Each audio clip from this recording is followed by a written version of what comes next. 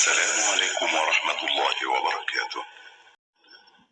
ریاض الصالحین حدیث نمبر 11 ابو العباس عبداللہ بن عباس بن عبد المطلب رضی اللہ تعالی عنہما سے روایت ہے کہ رسول اللہ صلی اللہ علیہ وآلہ وسلم اپنے رب تبارک و تعالی سے روایت کرتے ہیں، آپ صلی اللہ علیہ وآلہ وسلم نے فرمایا، اللہ تعالی نے نیکیاں اور برائیاں لکھ لی ہیں، پھر انہوں نے اس کی وضاحت فرمائی، چنانچہ جس شخص نے کسی نیکی کا ارادہ کیا لیکن اسے کر نہیں سکا، اللہ تعالیٰ اسے اپنے پاس ایک کامل نیکی لکھ لیتا ہے، اور اگر ارادے کے مطابق اسے کر بھی لیتا ہے تو اللہ تعالیٰ ایک نیکی کے بدلے 10 نیکیوں سے لے کر 700 گنا بلکہ اس سے بھی کئی گنا زیادہ نیکیوں کا ثواب اس کے لیے لکھ دیتا ہے، اور اگر کسی نے کسی برائی کا ارادہ کیا لیکن اسے کیا نہیں تو اللہ تعالیٰ اسے بھی اپنے پاس ایک کامل نیکی لکھ لیتا ہے، اور اگر ارادے کے مطابق اس برائی کو کر لیتا ہے تو اللہ تعالیٰ ایک ہی برائی لکھتا ہے۔ بخاری و مسلم۔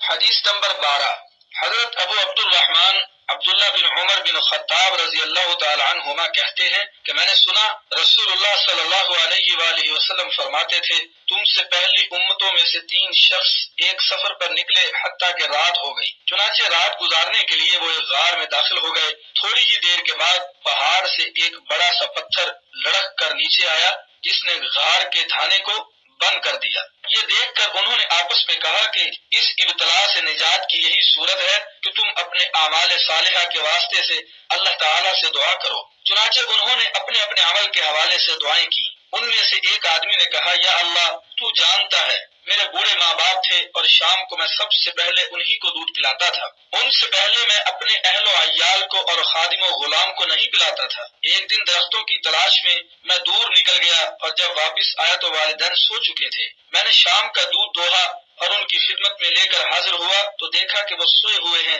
میں نے انہیں جگانا پسند کیا اور نہ ہی ان سے پہلے اپنے اہل اور غلاموں کو دودھ پلانا گوارا کیا۔ میں دودھ کا پیالہ ہاتھ میں پکڑے ان کے سرانے کھڑا ان کے جاگنے کا انتظار کرتا رہا، جب کہ بچے بھوک کے مارے میرے قدموں میں بل بلاتے رہے حتیٰ کہ صبح ہو گئی۔ وہ بیدار ہوئے اور شام کے حصے کا دودھ پیا۔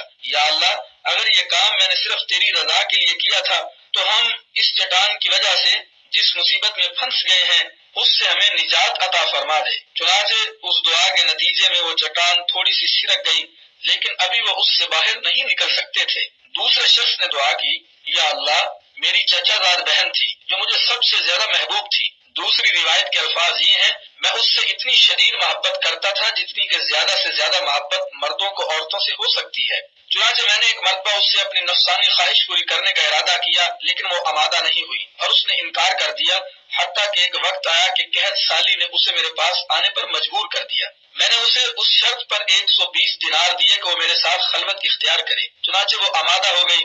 جب میں اس پر قادر ہو گیا اور وہ میرے قابو میں آ گئی، دوسری روایت کے الفاظ ہیں، جب میں اپنی نفسانی خواہش پوری کرنے کے لیے اس کی دونوں ٹانگوں کے درمیان بیٹھ گیا تو اس نے کہا، اللہ سے ڈر اور اس مہر یعنی پردے کو ناحق مت توڑ۔ اس کے ان الفاظ نے یا اللہ تیرا خوف مجھ پر طاری کر دیا اور میں اس سے دور ہو گیا، حالانکہ وہ تمام لوگوں میں مجھے سب سے زیادہ پیاری تھی، اور میں نے سونے کے وہ دینار بھی چھوڑ دیے جو میں نے اسے دیے تھے۔ یا اللہ اگر میں نے یہ کام تیری رضا کے لیے کیا تھا تو یہ نازل شدہ مصیبت ہم سے دور فرما دے۔ چنانچہ وہ چٹان کچھ اور سرک گئی لیکن وہ اب بھی اس غار سے باہر نہیں نکل سکتے تھے۔ تیسرے نے دعا کی، یا اللہ میں نے کچھ مزدوروں کو اجرت پر رکھا تھا، سب کو میں نے ان کی اجرت دے دی، صرف ایک مزدور اپنی مزدوری لیے بغیر چلا گیا تھا۔ میں نے اس کی مزدوری کی رقم کو کاروبار میں لگا دیا حتیٰ کہ اس سے بہت سا مال بن گیا۔ کچھ عرصے کے بعد اس نے میرے پاس آ کر کہا، اللہ کے بندے مجھے میری اجرت ادا کر دے۔ میں نے کہا، یہ اونٹ،